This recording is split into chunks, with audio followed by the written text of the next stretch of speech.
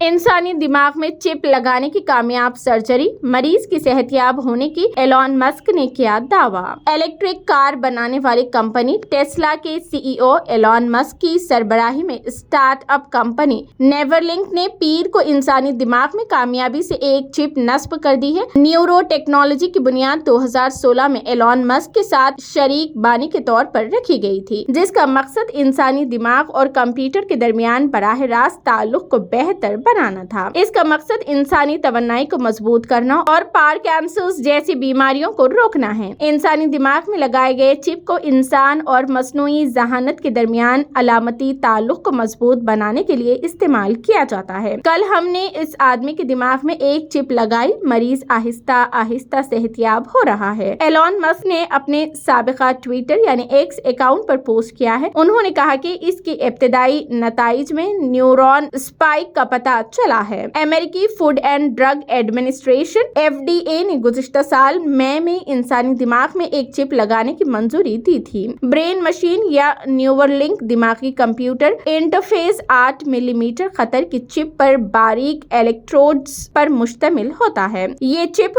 بالوں کی موٹائی کا صرف 20% ہے۔ کھوپڑی کا ایک حصہ ہٹا کر اس چپ کو نصب کیا جاتا ہے۔ اس کے بعد باریک الیکٹروڈز دماغ کے اہم حصوں میں بھیجے جاتے ہیں۔ دماغ میں الیکٹروڈز دماغ تک سگنل لے جاتے ہیں، جو دماغ کو برقی سگنل بھیجتا اور وصول کرتا ہے۔ یہ برقی سگنلز کو الگورتھم میں تبدیل کرتا ہے، جن کا کمپیوٹر تجربہ کرتے ہیں۔